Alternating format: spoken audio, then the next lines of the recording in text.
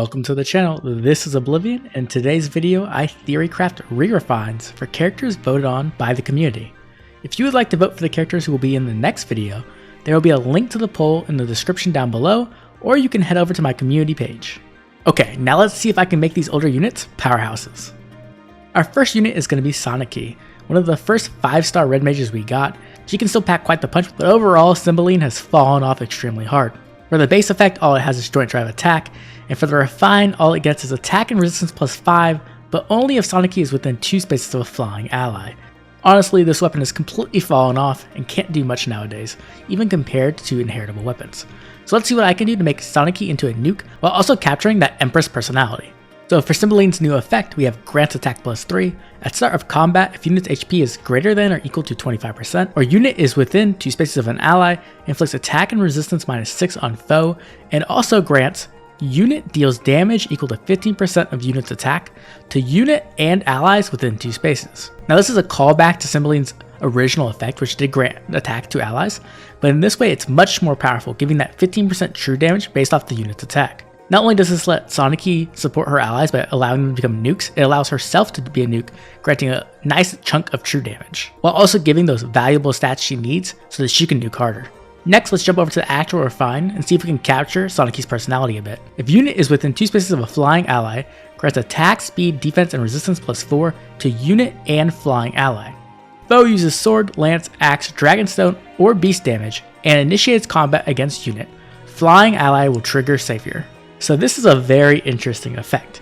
It's a very powerful buff that allows Sanaki to get some stats while also buffing flying allies with a nice chunk of stats, but at the same time, it gives nearby flying allies near save, which is extremely powerful. So as long as Sanaki only has 1 flying ally within 2 spaces, whenever some melee threat engages on her, the flying ally will swoop in and protect her. And I think this does an amazing job of capturing Sanaki's personality, where she has her own troop of Pegasus Knights that protect her from harm. Overall, I think this refine allows Sanaki to have the power she needs to be that powerful nuke, but also captures her personality while also protecting her from those melee matchups that she's weak in. Our next unit is Adult Tiki, one of the powerhouse dragons of Gen 1. Now over time, Adult Tiki has definitely fallen off. Her weapon isn't great, only granting effective against dragons, a renewal effect, and then attack and defense plus 5, but only when you're within 2 spaces of a sword or dragon ally. Overall, it's just super lacking and doesn't properly portray the power of Adult Tiki. So let's go ahead and jump to our new effect to see if we can give her the power she needs. Breath of Fog grants attack plus 3, effective against dragon foes. If foe initiates combat or unit's HP is greater than or equal to 50% at the start of combat, inflicts attack, defense, and resistance minus 5 on foe during combat, and foe cannot make a follow-up attack. At start of turn, restores 20 HP. If foe's range equals 2, calculates damage using the lower of foe's defense or resistance. So the idea behind this new base effect was to make Adult Tiki into a super powerful tank. Not only does this give her the stats she needs, but can also deny follow-ups, making Tiki extremely more tankable.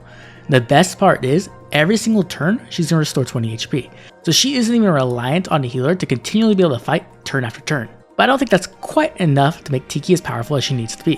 So let's go check out her new refine. If unit's HP is greater than 25% or is within 2 spaces of an ally, grants attack, defense, resistance plus 5, and reduces damage from foe's attack by 30%. Boosts unit's next attack by total damage reduced. So this is an extremely powerful effect for Adult Tiki. It's going to give her those stats she needs, but more importantly, it's going to give her damage reduction. Unfortunately, Adult Tiki doesn't have the great resistance stat, so she can't really make full use of Dragon Wall without stacking resistance in her A and Seal slot, but this will allow her to have 30% damage reduction against every single attack.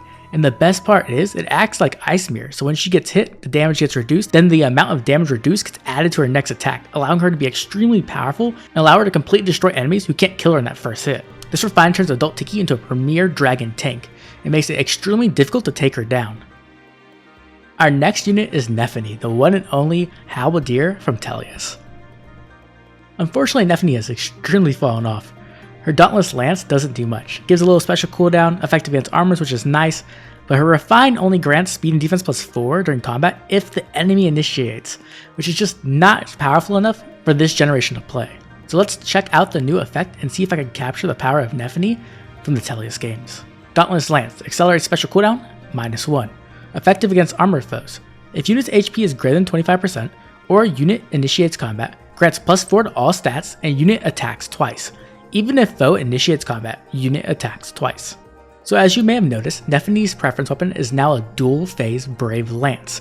And as you can see, the might has been adjusted down from 16 to 11 to be in line with other weapons of the same sort. Now the idea for her to have a Brave Lance comes from the Impale effect of the Sentinel class in Radiant Dawn, where Nephenee had a chance to proc multiple attacks. While this is a powerful effect, it gets so much better once we see the refine, so let's check that out. If unit's HP is greater than 25%, grant +4 to all stats, and neutralizes effects that grant special cooldown charge +X to foe, or inflict special cooldown charge -X on unit during combat.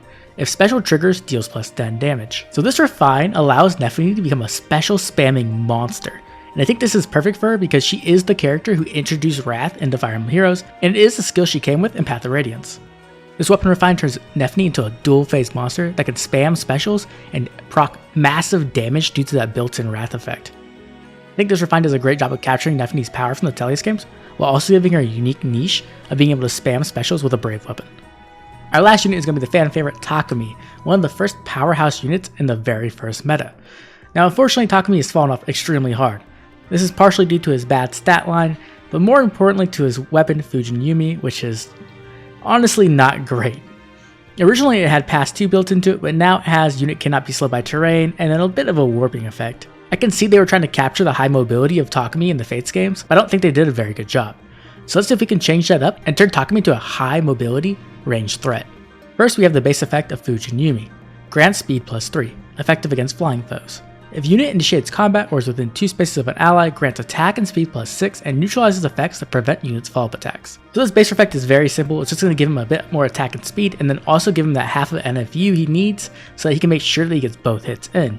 Very simple but powerful base effect. Now let's jump to the refine where he gets a bit crazy. Enables Canto 2.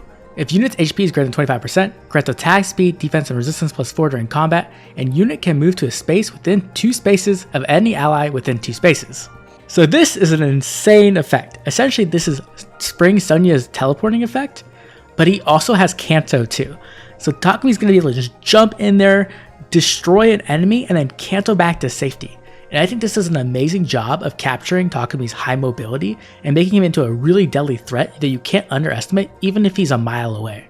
This refine essentially turns Takumi into a bow Yuri. Now obviously he's not going to have quite the amount of the power that Yuri has, and he definitely can't run Disarm Trap, but even so this can allow for some really cool builds for Takumi and allow him to shine in a ton of different game modes. So what do you think of my refines? Were they too powerful? Not powerful enough? Did I get the effects down? Did they feel like their counterparts in the main Fire Emblem series games? I'd love to hear your opinion, so make sure to drop a comment down below letting me know which refine was your favorite and what you would do if you had a chance to refine these units. Also make sure to vote in the new poll so that you can help decide which units make it onto the next video. If you enjoyed the video, please drop a like and subscribe. This has been Oblivion, and I'll catch you all later with more Fire Emblem Heroes.